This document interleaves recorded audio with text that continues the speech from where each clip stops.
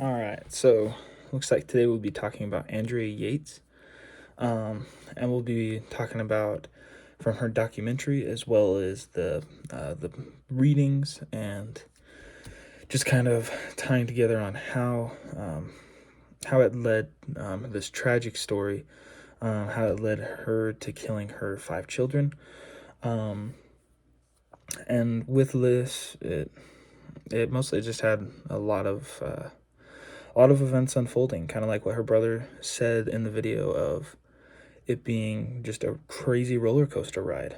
And from there being, from her being very depressed, from having post postpartum depression, I always get it mixed up.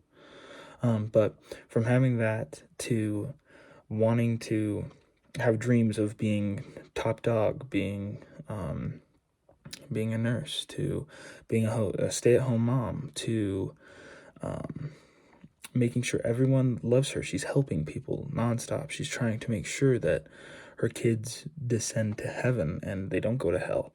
And from all of these things to listening to a preacher who might not give the greatest advice at all, or who is telling her to do very, very crazy things, to making sure that her husband is to where they're downgrading to a small space for 3 or 4 kids, to where they actually do need something very much bigger, such as a house.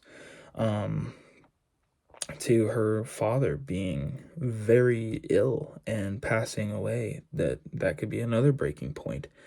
And just all of these key things that necessarily happened to her, that just kind of was a roller coaster. It was up, it was down, it was left, right, big circle, big loop.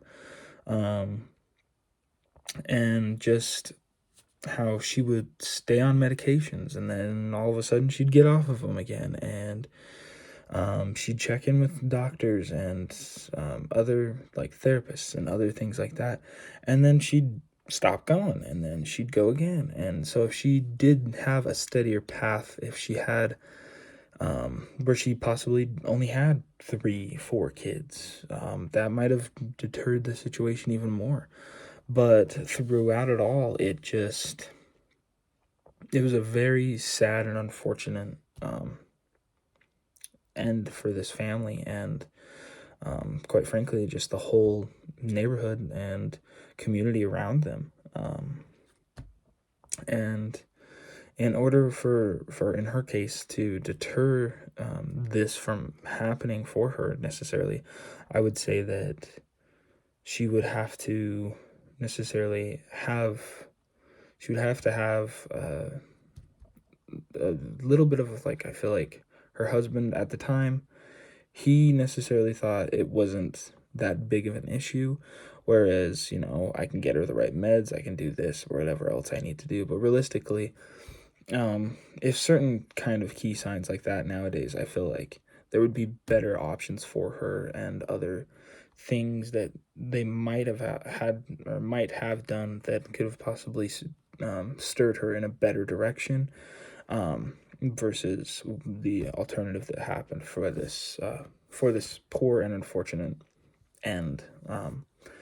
But other than that, it's a very sad and unfortunate story that I don't really know too much on what else I can personally say on trying to prevent that from happening. But other than that, it's one story that you don't like to hear. You don't like to go through. But anyway, yeah, that's what I got for it. So thanks for watching.